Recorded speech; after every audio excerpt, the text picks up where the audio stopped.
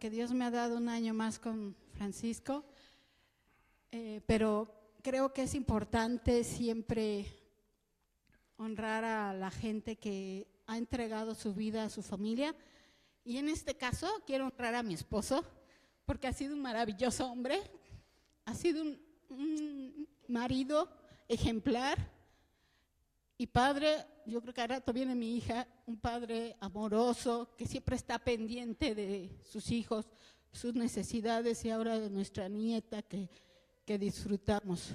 El mundo hoy necesita hombres así, y yo estoy más que bendecida por un hombre que ha tomado su responsabilidad como hombre para sacar a su familia adelante.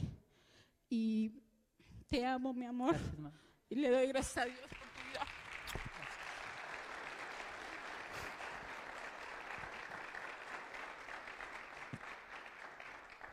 Y yo te bendigo porque dice en la Biblia que la bendición de la mujer hacia a su pareja es grande. Y yo quiero bendecirte el día de hoy. Gracias, mamá. Gracias, Padre, Gracias, por Señor. este hombre que me has dado, que sí no es perfecto, que sí tiene sus errores, pero son más las cosas que él tiene para dar que sus errores. Señor, yo te pido que lo sigas iluminando, que lo sigas tocando, que lo sigas alimentando para que esa nutrición llegue también a sus ovejas. Gracias, Padre, síguelo bendiciendo en su ministerio, y a ti te damos la honra y la gloria, porque si no fuera por ti, Señor, no lo lograríamos. En el nombre de Cristo Jesús. Amén. Amén.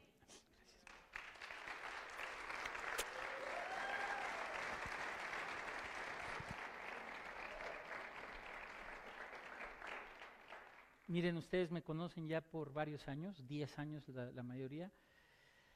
Nunca hablo de mí, bueno, un poquito a veces, ¿verdad? Pero hoy puse en las redes sociales, pues me conecto con mi familia, y Dios me ha dado una vida tan maravillosa. O sea, es una historia increíble la vida de nuestra vida.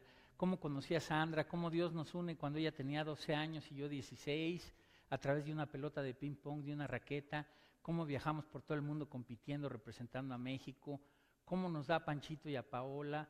Ahora cómo nos da a nuestra nieta. Cómo nos permite ver esta obra que él, desde el 86, ahorita les voy a hacer un comentario, ya me estaba él buscando. Y ahora me hace pastor. Y si ustedes quisieran ver una foto de Francisco Méndez, una pintura de Francisco Méndez de lo que es su vida, es yo agarrado de Sandrita, Panchito, Paola, la nieta baby mía, y con sus esposos Orion y Morgan, mi Biblia, mi guitarra y mi raqueta de ping pong. Y no quiero más. Esa es una vida maravillosa.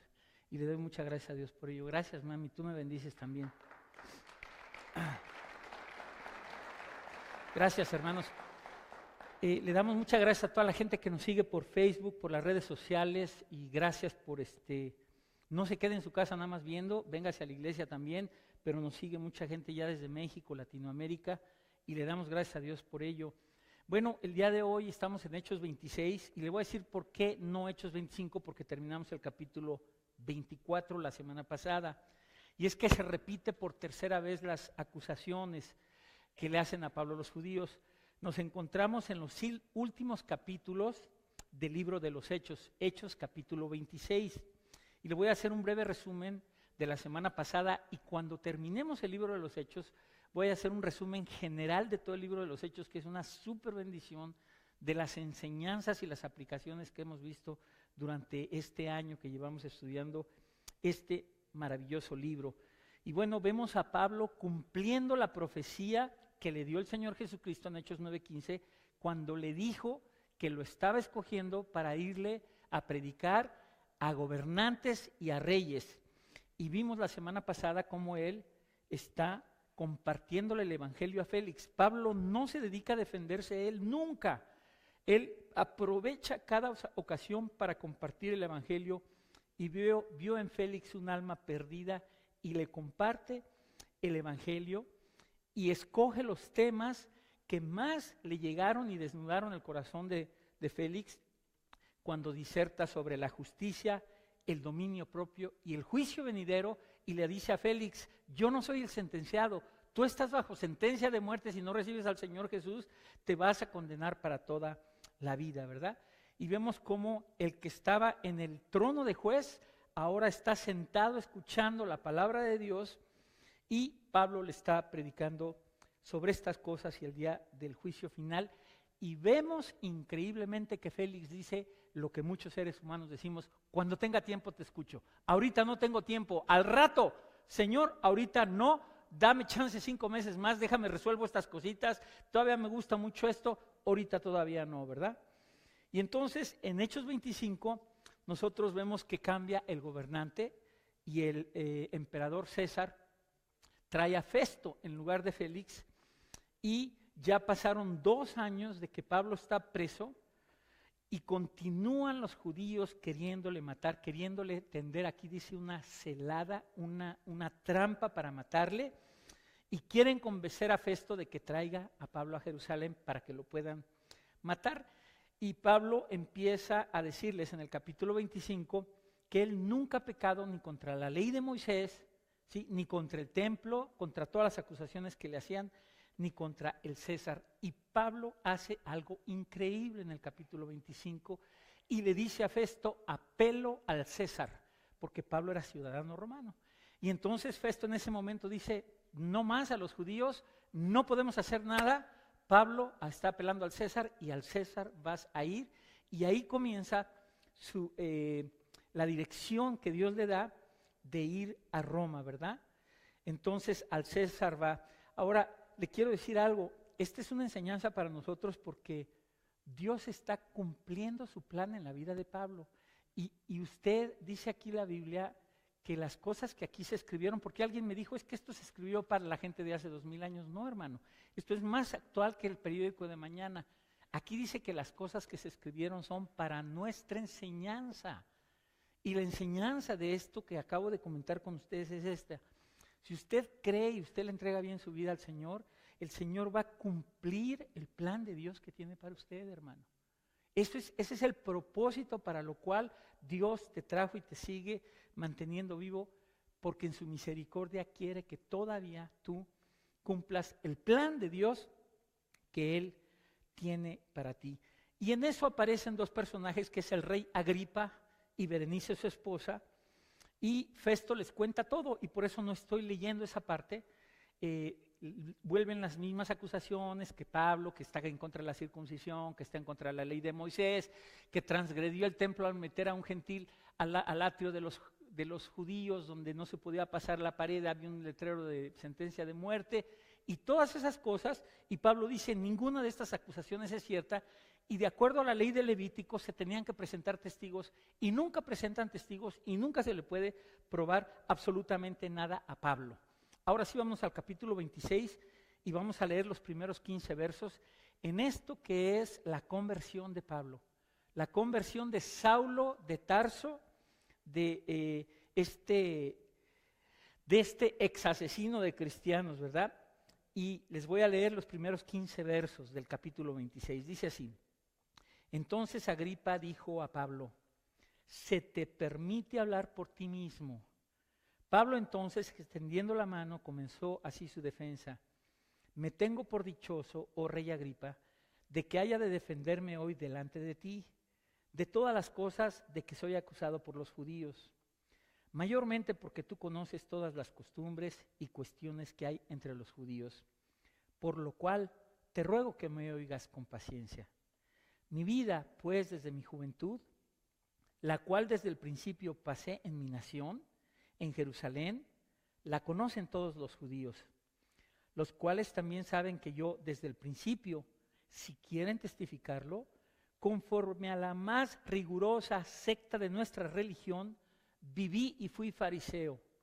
Y ahora, por la esperanza de la promesa que hizo Dios a nuestros padres, soy llamado a juicio, promesa cuyo cumplimiento esperan que han de alcanzar nuestras 12 tribus, sirviendo constantemente a Dios de día y de noche. Por esta esperanza, oh rey Agripa, soy acusado por los judíos. ¿Qué se juzga entre vosotros, cosa increíble, que Dios resucite a los muertos? Recuerden que él mencionaba la resurrección de los muertos.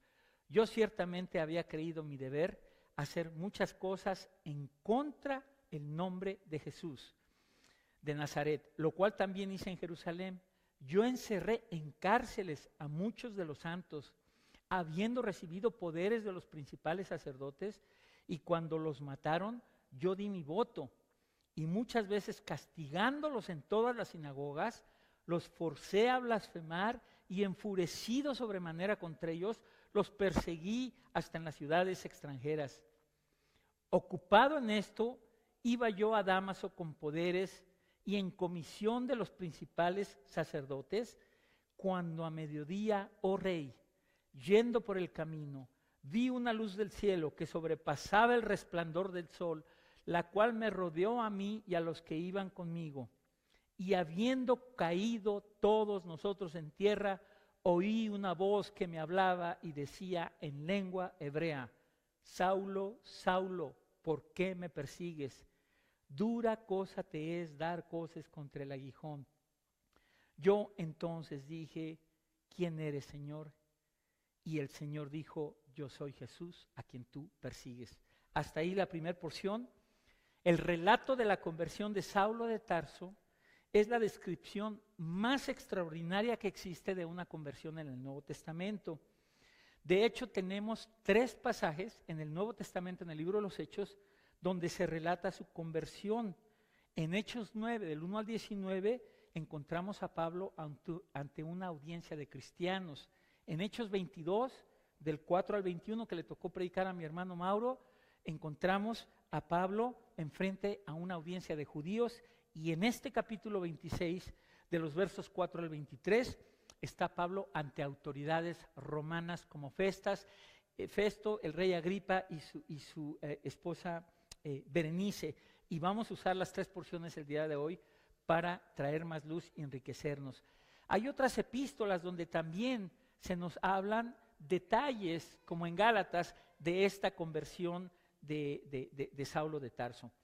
¿Cómo fue que Saulo de Tarso, el perseguidor de la iglesia, se convirtió en el apóstol Pablo? El hombre que fundó Asia y Europa, docenas de iglesias, que escribió, escúcheme, más de la mitad del Antiguo Testamento, porque escribió 14 libros. Hay quien dice que 13, nosotros decimos que 14, ¿verdad? Incluyendo Hebreos. Este es el relato más completo de alguien en el Nuevo Testamento, con excepción de la crucifixión de nuestro Señor Jesús. O sea, Pablo escribió la mitad del Nuevo Testamento, hermano. Y como introducción quiero darles algunos datos importantes sobre Pablo. ¿Por qué? Porque yo quiero que ustedes vean todo lo que Dios usa en la vida de una persona tiene un propósito. Ahorita que es mi cumpleaños y que estaba yo bromeando ahí, porque tengo en mi físico hay 62 años, pero yo tengo 25 por dentro y nadie me cambia esa idea. Y es bíblico, hermano. Dice la palabra de Dios en 1 Corintios 4:16, que aunque nuestro hombre exterior se va, el interior se va. A mí me sostiene ese pasaje, hermano. El espejo miente. Yo no le creo al espejo, hermano. Dice mentiras. A mí me sostiene ese pasaje. Entonces, nosotros vemos que es importante que usted sepa que todo lo que Dios haga en su vida, todo viendo mi vida para atrás, ¿por qué me hizo todas las cosas que yo hice? Y lo veo ahora y digo, es que Él me estaba preparando para poder liderar esto. Él me estaba preparando mi corazón para poder amar a la gente como pastor. Él me estaba preparando en este caso para lidiar con todas estas ovejitas preciosas y así. Entonces vemos a Pablo que Dios usa todo. Miren lo que hizo con Pablo. Judío de nacimiento, de padres judíos, pero ciudadano romano. ¿Por qué? Porque nació en Tarso de Cilicia. Además, Dios le permite tener la educación más alta que existía en la Universidad de Cilicia, y tuvo una educación griega. Por la gracia de Dios fue misionero, apóstol, teólogo, pastor, líder, estadista. Se convirtió en el apóstol Pablo. Su influencia fue extraordinaria, fundó iglesias en toda Asia y Europa. Dios en su soberanía, esto es lo que le quiero decir, Dios en su soberanía, hermano, estaba orquestando toda la vida de Pablo, poniéndole todas las cosas que él necesitaba, ya desde niño y joven, para llevar a cabo la misión que le asignó. Y yo se lo quiero decir a usted ahora, y esa es una enseñanza que sacamos aquí. Dios te está preparando, hermano. Eso es real. Yo no te estoy hablando de mentiras. Yo no sé cuáles son tus dones, pero Dios te está preparando porque a toda la gente le da eso para que le sirvan. Y tú tienes todavía, eso sí, tienes la capacidad de rechazar eso, de abortar ese plan maravilloso que Dios tiene para ti, o de rendirte y de que Él cumpla su propósito, ¿verdad? Y esto lo vemos cuando la preparación académica de Pablo fue uno de los hombres más cultos. Cuando nació ahí en Tarso de Cilicia, todo lo que hicieron sus padres lo circuncidaron al 8º día, le pusieron 2 nombres, Saulo, que es nombre hebreo, y Pablo, que es nombre de griego, para que con las 2 culturas, como luego iba a andar con todos, él se metía a las sinagogas, iba delante de los reyes, andaba con los judíos, andaba con los griegos, evangelizó a gentiles. O sea, ¿qué cosa no hizo el apóstol Pablo, verdad? Y repito, Dios está preparando todas esas cosas para prepararlo ahora que ya está delante de los reyes, de los gobiernos, de los gentiles. Y vemos nosotros que Pablo tuvo una educación maravillosa, dice en Gálatas y en otras partes, que fue educado a los pies de Gamaliel, el rabino más de conocimientos más profundos en esa época. Pero escúcheme, Pablo nunca olvida durante toda su vida, hermano, y yo le quiero compartir algo precioso.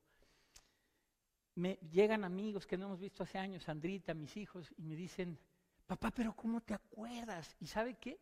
Aquí tengo mi vida desde los 5 años, o 4, todavía me acuerdo en serio.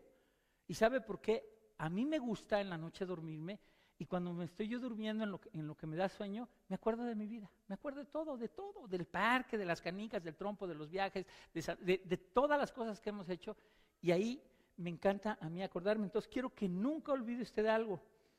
Pablo nunca olvidó su encuentro con Jesucristo, su encuentro que tuvo con Jesucristo. Siempre se acordó de ese encuentro con el Cristo resucitado. Nosotros nos acordamos perfectamente el día que fui con Sandrita, Paola y Panchito, un 15 de septiembre de 1990, a oír la palabra de Dios y a recibir al Señor, porque ya no había, era el día que Dios había preparado para mí. Desde el 86 me estaba buscando, y el 15 de septiembre del 90 recibimos al Señor. Todos, yo no sé cómo lo hizo el Señor, Panchito teniendo 5 años y Paulita teniendo 7, 8, y nosotros y todos alzando la mano queremos recibir al Señor, y fue el 15 de septiembre del 90, y nunca se nos olvida. Bueno, antes que nada vamos a ver primero la vida de Saulo de Tarso antes de su encuentro con Jesús. Véngase, y vamos a estar yendo entre Hechos 9, Hechos 22 y Hechos 26. Véngase a Hechos 9, versos 1 y 2, que es el testimonio de Pablo de su conversión. Quiero decirle que Pablo, escúcheme lo que le voy a decir, era una especie de Satanás buscando a quién dañar. Así estaba Pablo, una especie de Satanás viendo a ver a quién podía ejecutar, él creyendo que estaba sirviendo a Dios, ¿verdad? En su vida pasada, mire lo que dice el verso 1 y 2. Saulo, respirando aún amenazas y muerte, y respirando aún amenazas y muerte, jadeando, estaba viendo las palabras, estudiándolas, y quiere decir con deseos de asesinar contra los discípulos del Señor, vino al sumo sacerdote y le pidió cartas para las sinagogas de Damasco, a fin de que si hallase algunos hombres o mujeres de este camino, los trajese presos a Jerusalén. Se usa este término de cómo él buscaba realmente eliminar, exterminar a los cristianos. Y va con el sumo sacerdote, que tenían jurisprudencia en toda esa área, a pedirle cartas para poder ir por cristianos y sacarlos de sus casas, a arrastrarlos. Véngase a Hechos 22, Hechos 22, 4 y 5. Vamos a ir, como les digo, combinando estos 3 pasajes de este maravilloso tema, la conversión de Saulo de Tarso. Hechos 22, 4 y 5. Y ahorita nos vamos a detener aquí con este término camino. Dice así: perseguía yo este camino hasta la muerte, prendiendo y entregando en cárceles a hombres y mujeres, como el sumo sacerdote también me es testigo, y todos los ancianos, de quienes también recibí cartas para los hermanos, y fui a Damasco para traer presos a Jerusalén, también a los que estuviesen ahí, para que fuesen castigados. Qué interesante que menciona el camino. 5 veces se menciona en el libro de los Hechos esta palabra, el camino, porque los primeros cristianos se les llamaba creyentes, santos, discípulos, hermanos, pero llega el término que es sumamente significativo, que se llama el camino. ¿Por qué? Y esto se lo voy a decir. El cristianismo no es una religión, el cristianismo no es una filosofía, no es un sistema de pensamiento, el cristianismo es una forma de vida, es un camino, es un andar, es un caminar con el Señor, y por eso se llaman el camino. Y Jesús dijo en Juan 14:6, yo soy el camino, la verdad y la vida, ¿verdad? Y Saulo, sin saberlo, estaba trabajando para el enemigo. Ahora, déjeme mostrarle 4 aspectos de esta conversión. Venga, por favor, a Hechos 26, el pasaje que estamos estudiando hoy. Hechos 26, y mire lo que dice en versos 12 y 13. Ocupado en esto, iba yo a Damasco con poderes y en comisión de los principales sacerdotes, cuando a mediodía, oh rey, yendo por el camino vi una luz del cielo que sobrepasaba el resplandor del sol. Imagínense, transpórtese ahí y vea a Pablo enceguecido con este resplandor, la cual me rodeó a mí y a los que iban conmigo, y habiendo caído todos nosotros a tierra, oí una voz que me hablaba y decía en lengua hebrea, Saulo, Saulo, ¿por qué me persigues? ¿Verdad? O sea, Saulo viaja 6 días a caballo, tiene un encuentro con Jesús resucitado, y la Biblia dice que a mediodía, cuando el sol estaba más fuerte, vio una luz que sobrepasaba el resplandor del sol. Yo no sé cuántas veces usted ha visto el sol, aunque sea por medio segundo, un cuarto de segundo, para que vea la fuerza tan grande, y dice que esta luz sobrepasaba el resplandor del sol, que era fortísima, y mire lo que sucede. Es la iluminación de parte de Dios, hermano. La iluminación, Pablo lleno de odio en esta actitud de eliminar a los cristianos, repentinamente se le aparece Jesús resucitado, ve él un resplandor de luz fortísimo, y Pablo es iluminado por esta luz, ¿verdad? ¿Qué fue esta luz? Jesús resucitado. Vio al Señor Jesús. Esta es una realidad, porque hay gente que dijo, tuvo una visión, vio una luz. Vio al Señor Jesús resucitado, que ahorita está allá arriba, pero quiero que piensen algo. Bajó el Señor Jesús desde el cielo para aparecérsele a este hombre y hacer de este hombre el más grande hombre de Dios del Nuevo Testamento. Desde allá arriba. Imagínense nada más.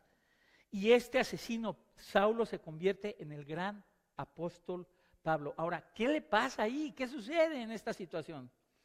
Dios le quita las vendas de sus ojos, las vendas que todos tenemos, hermano, las vendas religiosas, las vendas tradicionales, se las quita Jesús y lo deja ciego, y así cuando llegamos a la Biblia nos quita las vendas religiosas que traemos. Y toda la porquería, como dice Armando, nos empieza a limpiar Jesús completamente la mente. Por eso dice por ahí en 2 Corintios que el Dios de este siglo cegó el entendimiento de los incrédulos para que no les resplandezca la luz del Evangelio. Y así pasó con todos nosotros, hermano.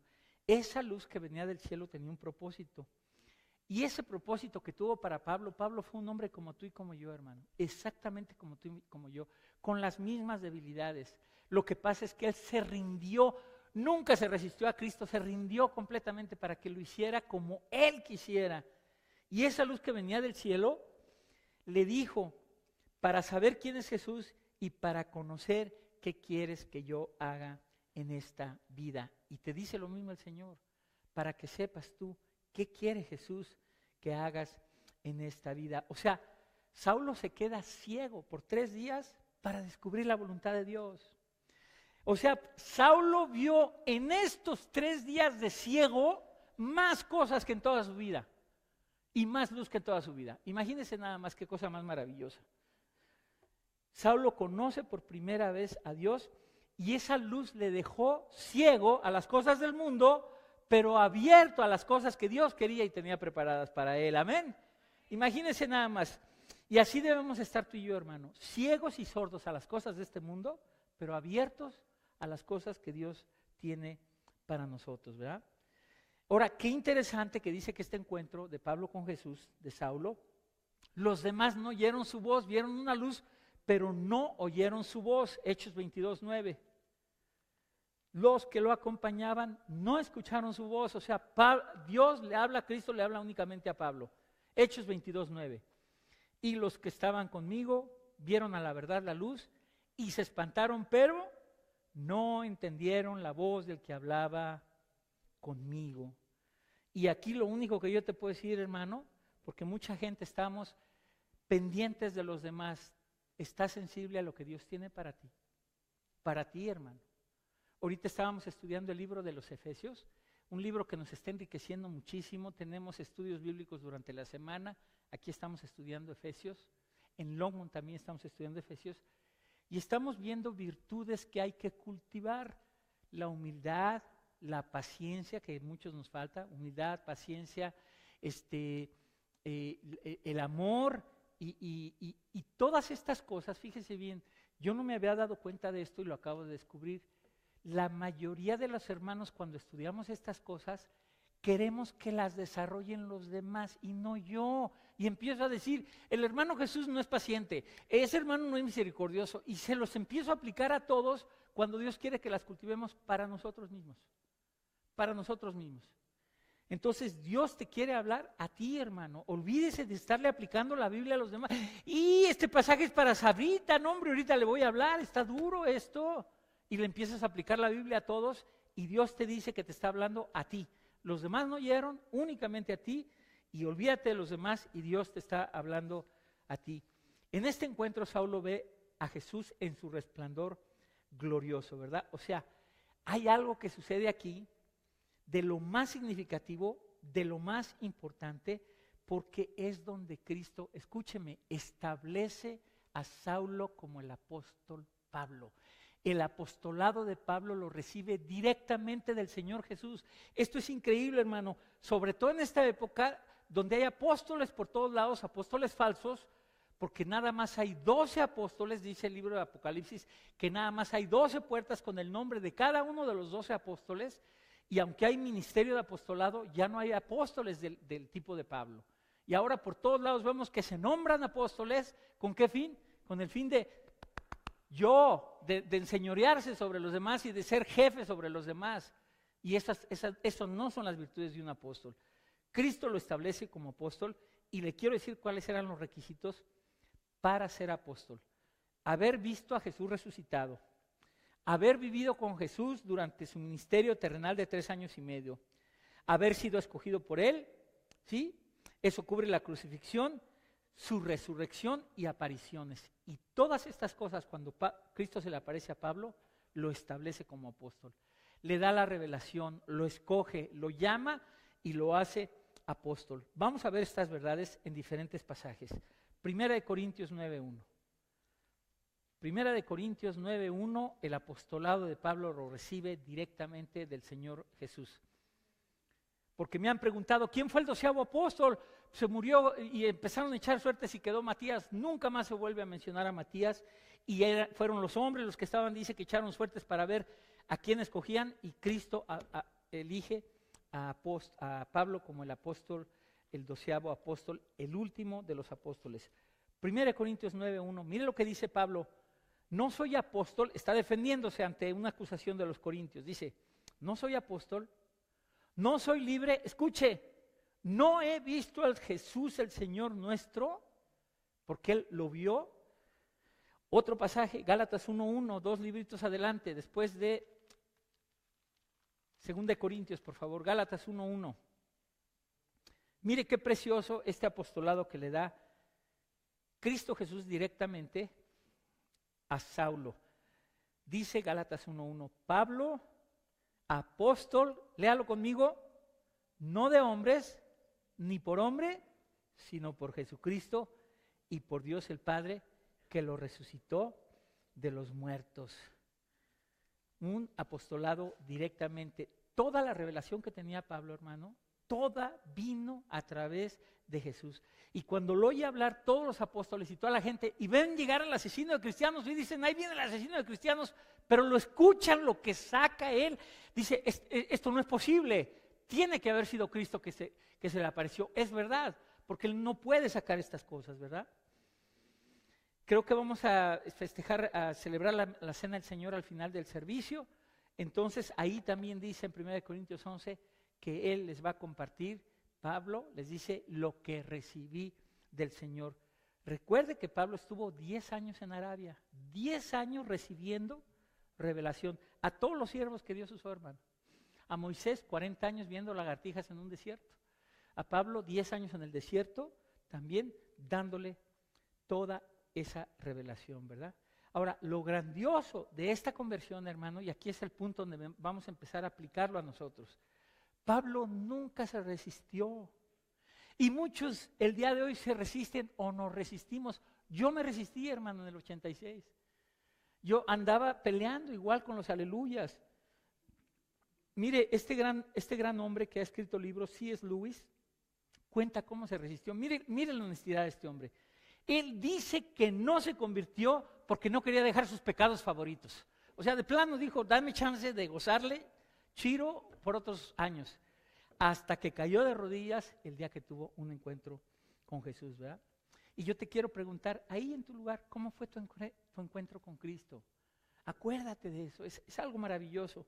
Miren, en 1986 viajaba yo en los aviones y llego a Dallas y le hablo a unos amigos que pasaban por mí, me llevaban, nos íbamos a ir a jugar ping-pong.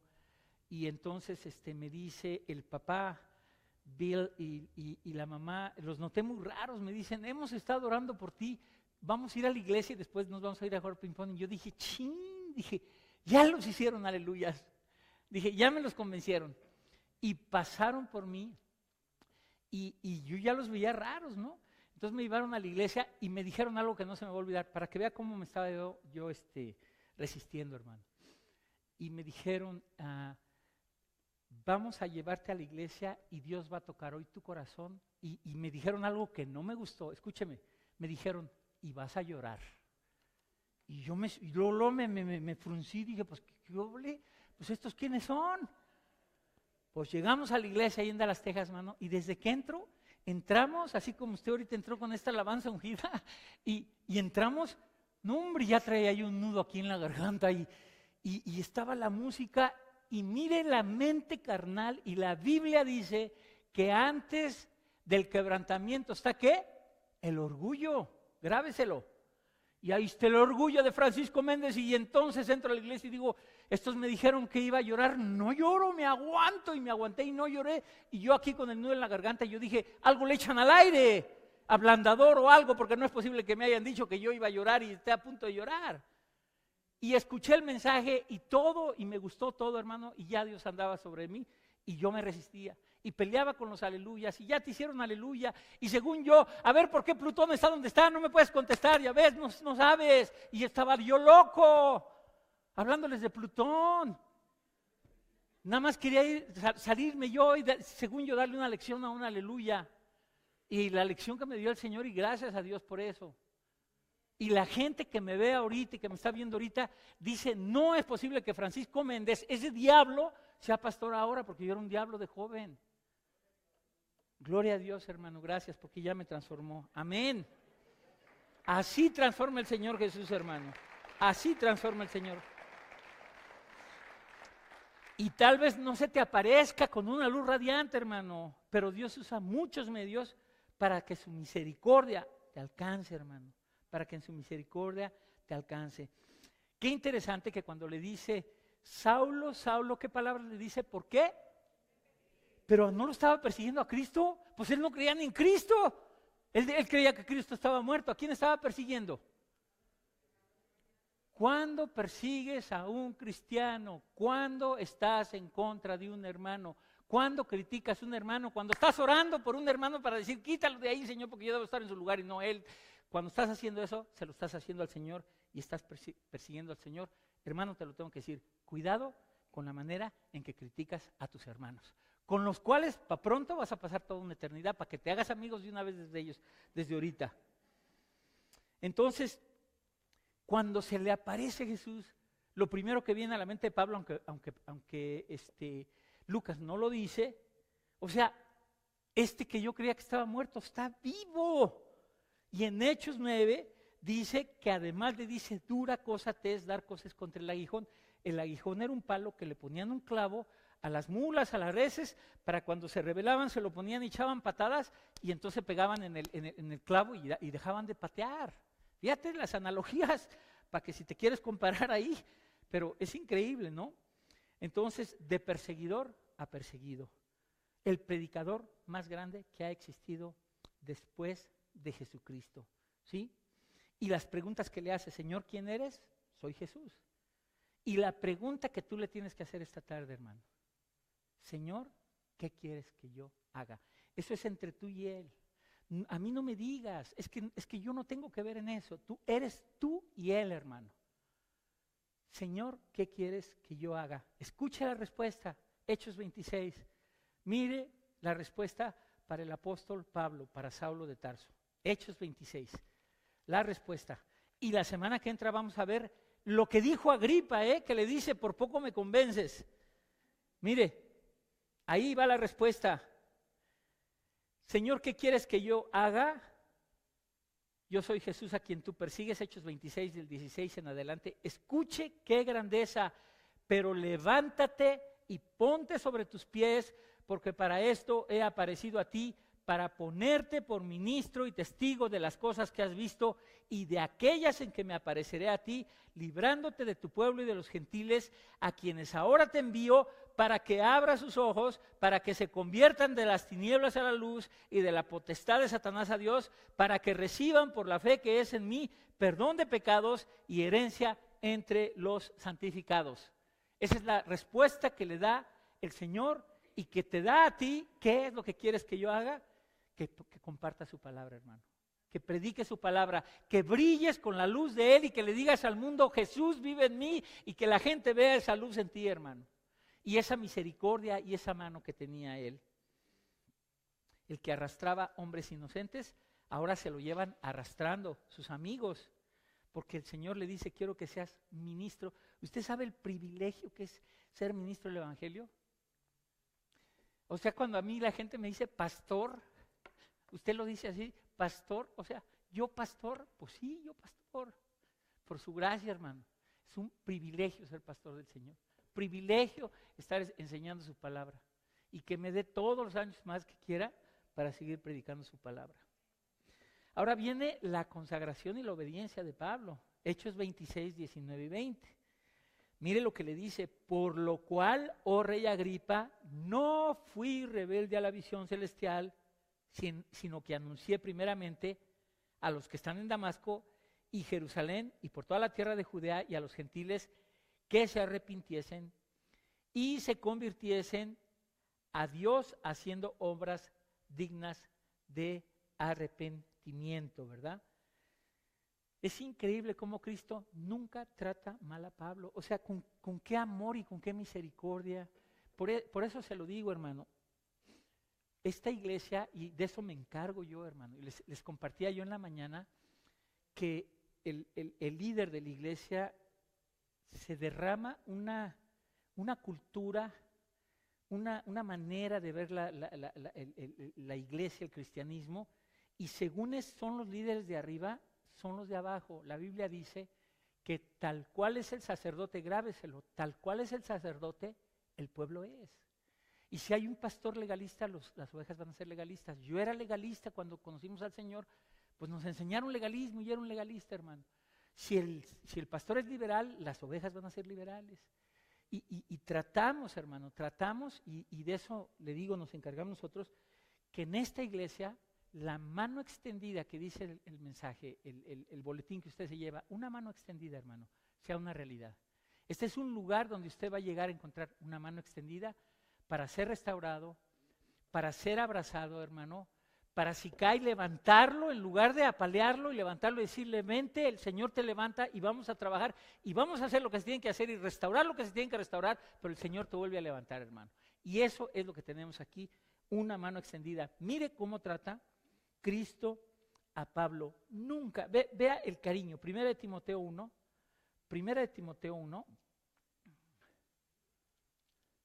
Pablo escribiéndole a su discípulo amado Timoteo, mire lo que dice Pablo de Cristo. 1 Timoteo 1, 12 al 17. 12 al 17. Doy gracias al que me fortaleció, a Cristo Jesús nuestro Señor, porque me tuvo por fiel, poniéndome en el ministerio, habiendo yo sido antes blasfemo, perseguidor e injuriador, mas fui recibido a misericordia, porque lo hice por ignorancia en incredulidad. Pero la gracia de nuestro Señor fue más abundante con la fe y el amor que es en Cristo Jesús.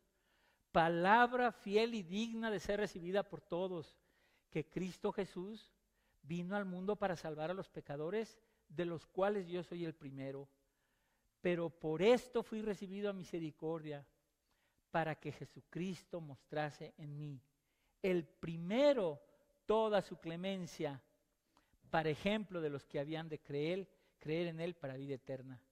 Por lo tanto, al Rey de los siglos, inmortal, invisible, al único y sabio Dios, sea honor y gloria por los siglos de los siglos. Amén. Aplicaciones, hermanos, finales. La importancia que es el mensaje, el meollo del mensaje del día de hoy, que Dios te puede usar de una manera maravillosa para cumplir su plan en ti, hermano. O sea, Dios no te trajo nada más a comer y a vivir y a gozar por 60 años y a ver telenovelas y a ver cómo le ganaron a la América ayer 5-0. Perdón los americanistas, pero mi carne salió pues. No, hombre, estaba yo feliz viendo ese triunfo. Luego platicamos de apologética, no hay problema. Ahorita sí no se me aparece ninguno de ellos, ¿verdad? Entonces, ¿para qué nos trajo el Señor, hermano? Y yo le pido a Dios que tú descubras, hola mi Héctor, ¿cómo estás? Que descubras ese propósito que Dios tiene en tu vida. Además, si vemos la vida de Ananías en Hechos 9, Dios usa a Ananías para bendecir a otro. A lo mejor Dios te usa para bendecir a otra persona, hermano. No hay algo más grande que seas de bendición para otro. Cuando tú eres feliz porque bendices a otros, ¿sabes qué me estás diciendo? Que tú ya moriste a tu ego, tú ya no te sientes, ya no te afecta, eres una persona fuerte ya, completamente madura, y Dios puede usarte en cualquier cosa. Puedes creer tal vez que tu vida es negra, peor que la del apóstol Pablo, pero te digo algo, así Jesús te busca y te llama. Su misericordia no tiene límites. No es tu bondad, hermano, si no tienes o tienes. Es la misericordia de Dios que no tiene límites y alcanza a quien sea. Eso es lo que es. Y ese Dios que rescató a Saulo te está buscando y a ti, hermano. Vamos a orar. Te pido que cierres tus ojos. Y solo te pide el Señor que le abras tu corazón. No te resistas. No pospongas como Félix, hoy no, la semana que entra, dentro de 4 meses. Ríndele tu vida, es todo lo que Él te pide, entrégale tu vida como yo se la entregué un día. Él transformó mi vida, hermano, y me hizo ministro del Evangelio. Y yo no sé qué vaya a hacer contigo, pero Él tiene algo maravilloso para ti. Y si tú no has experimentado este nuevo nacimiento, esta conversión, de decirle al Señor, entra a mi vida, te necesito que me salves, necesito que señorees en mi vida, perdóname todos mis pecados, perdóname mi manera de vivir, enséñame a vivir como tú quieres. Él lo hace, hermano. Pídeselo ahí desde tu lugar. Y si ya le conoces y has sido negligente, pídele perdón y dile, perdón Señor, porque tanto que me has llamado para servirte y aquí sigo de negligente con excusas. Dile como le dijo Pablo, heme aquí, Señor, heme aquí. ¿Qué quieres que yo haga? Servirme, te dice el Señor. Servirme. Padre Celestial, gracias te damos. Bendito seas. Gracias por la vida que nos has dado, Señor.